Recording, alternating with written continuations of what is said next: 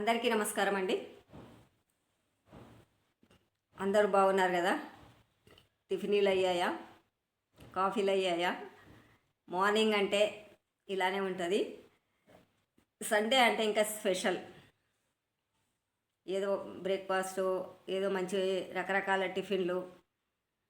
ఇంకా పిల్లలందరూ స్కూళ్ళను సెలవు కాబట్టి ఆదివారము ఇంట్లోనే ఉంటారు. ఇంకా కొంతమందికి తల్లిదండ్రులకు కూడా ఆదివారం అంటే సాటర్డే సండే సెలవులు ఒక్కొక్కరికి ఉంటాయి, ఒక్కొక్కరికి ఉండవు. కాబట్టి సండే స్పెషల్గా ఏం చేసుకుంటారు, పిల్లలకి ఏం వండి పెడతారు, ఇంటి దగ్గర ఉంటారు కాబట్టి సండే అంటేనే స్పెషల్. ఎందుకంటే సెలవు, గవర్నమెంట్ సెలవు ప్రకారము అందరు ఇంట్లో ఉంటారు కాబట్టి సండే ఎలా ఎంజాయ్ చేసుకున్నారు, మీరు ఏం వండుకొని తిన్నారు, ఇవన్నీ మనకు ఇంపార్టెంటే కదా. ఇంకొకరికి మనం ఏదన్నా కొత్త వంటకం నేర్చుకోవాలన్నా, తినాలనిపించినా మనం అప్పటికప్పుడు రెడీ చేసుకొని తినే టైం అంటే సండే. ఇంకా అది నాన్ వెజ్ తినేవాళ్ళైనా, బిర్యానీ తినేవాళ్ళైనా, వెజిటేబుల్ తినేవాళ్ళైనా, ఏదైనా స్వీట్ చేసుకునే వాళ్ళైనా, ఇలాంటి వాళ్ళు మన ఇంటిలో ఖాళీగా ఉన్నప్పుడు, ఇంటిలో ఉన్నప్పుడు ఇవన్నీ చేసుకోవడానికి, పిల్లలకి చేసి పెట్టడానికి వీలుంటుంది. ఇంకా సండే అంటే ఇంకా జాబులు చేసుకునే వాళ్ళు ఇంటి దగ్గర ఉంటే ఉదయమే లేచి కొద్దిగా లేట్గా లేచినా కూడా సండే కదా అని చెప్పి లేట్గా లేచినా కూడా రాత్రి ఏదైనా ఇడ్లీకో దోశకో వేసుకొని ఉదయమే పని చేసుకొని ఆ ఇడ్లో దోశని చేసుకొని తినేసి టీలు కాఫీలు తాగేసి ఇంకా ఆ తర్వాత ఇంటి పనులు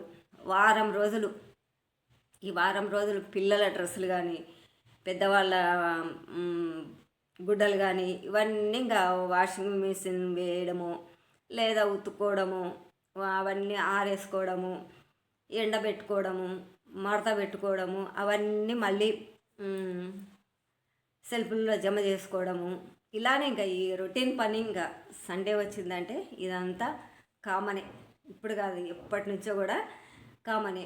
ఇంకా తర్వాత ఇంకా పండగలు వచ్చిందంటే ఇంకా స్పెషల్. ఇప్పుడు ధనుర్మాసం పూజలు చేసే వాళ్ళైతే తిరుప్పావై చదువుతూ ఉంటారు.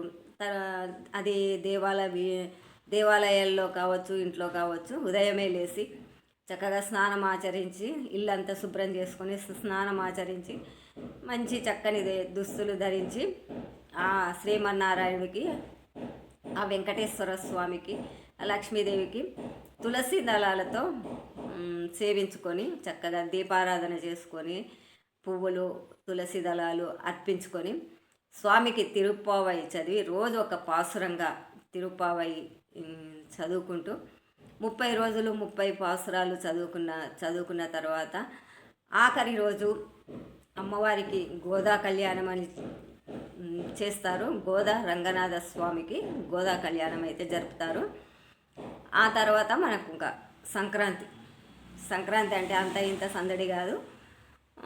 కోడి పందాలు, తర్వాత అరిసెలు, గారెలు, చక్రాలు, చెక్కలు, రకరకాల వంటలు, నువ్వుల ఉండలు, మరి ఇంకా ఎన్నో రకాల వంటలు. మనకు వచ్చిన వంటలన్నీ సంక్రాంతి పండగకి రెడీ చేసుకోవాలి.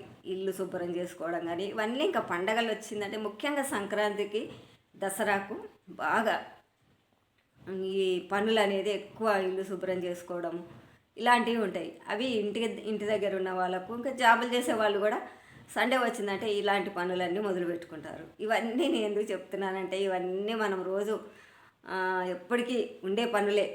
ఇది ఒక్కసారి చేసి వదులుకునే పనులైతే కాదు. జీవితం ఎంతకాలం ఉంటుందో అంతకాలము ఈ పనులైతే తప్పవు. అదొకటి మీకు గుర్తు చేస్తున్నాను. మీరు ఏంది ఆంటీ ముచ్చట్లు ఇలా చెప్తున్నారు అంటే ఇవి మన ఇంట్లో ముచ్చట్లే కాబట్టి నేను చెప్తున్నాను. మీకు ఎలా అనిపిస్తుంది నేను చెప్పడము?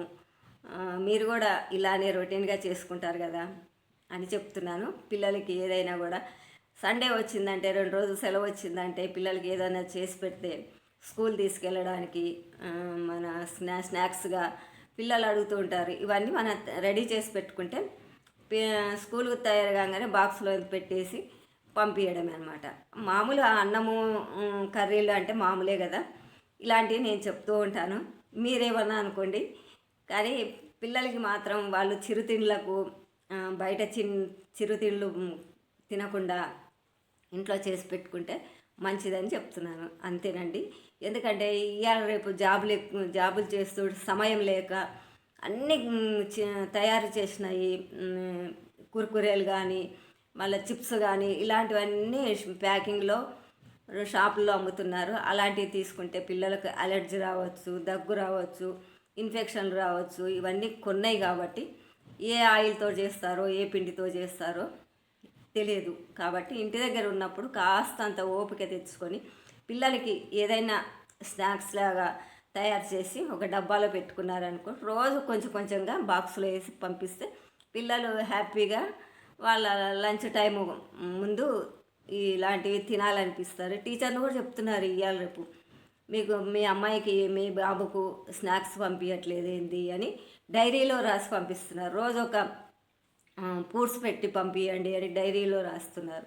ఇవన్నీ మంచి పద్ధతులే, పిల్లలకు కూడా ఆరోగ్యకరంగా మంచి విటమిన్స్, కాల్షియము అన్నీ పిల్లలకి లభించేలాగా కూడా టీచర్లు ఇవాళ రేపు డైరీలో రాసి పంపిస్తున్నారు. ఎందుకంటే చిన్నపిల్లలకి తెలియదు కదా, ఇంటికి వచ్చి చెప్పడం కూడా మర్చిపోవచ్చు, తెలియదు. కాబట్టి డైరీలో రాసి మీ పిల్లలకి స్నాక్స్ పంపించండి అని చెప్పి రాస్తున్నారు. అది కూడా మంచి విశేషమే. కాబట్టి ప్యాకెట్లు మాత్రం పంపించకండి. ఫ్రూట్స్ అంటే మనకు పండినవి కాబట్టి అవి ఇచ్చినా పర్వాలేదు, కానీ స్నాక్స్ మాత్రము షాపుల్లో మాత్రం ఇప్పించి పంపించకండి. మీకు టైం ఉన్నప్పుడే మీకు తయారు చేసుకొని ఒక డబ్బాలో ఎత్తి పెట్టుకున్నారనుకోండి, వాళ్ళకు రోజు స్కూల్కు వెళ్ళినప్పుడు కాస్తన్ని పెట్టి పంపిస్తే సార్. ఇవన్నీ అవసరమైన ముచ్చట్లేనండి. మీరు ఏమన్నా అనుకోండి, నేను చెప్పేది ఈ మంచితనానికే చెప్తున్నాను. కాబట్టి మీకు నచ్చిందా నచ్చలేదా ఒక కామెంట్ అయితే పెట్టండి. నేను నచ్చకపోయినా సంతోషిస్తాను, నచ్చితే ఇంకా డబుల్ సంతోషం ఉంటుంది కదా. ఇంతేనండి ఈనాటి వీడియోలు. నేను మంచి వీడియోలు ఇంకా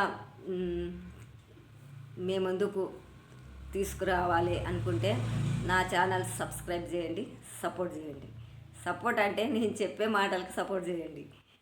నమస్తే అండి, మీతో మీ విజయలక్ష్మి.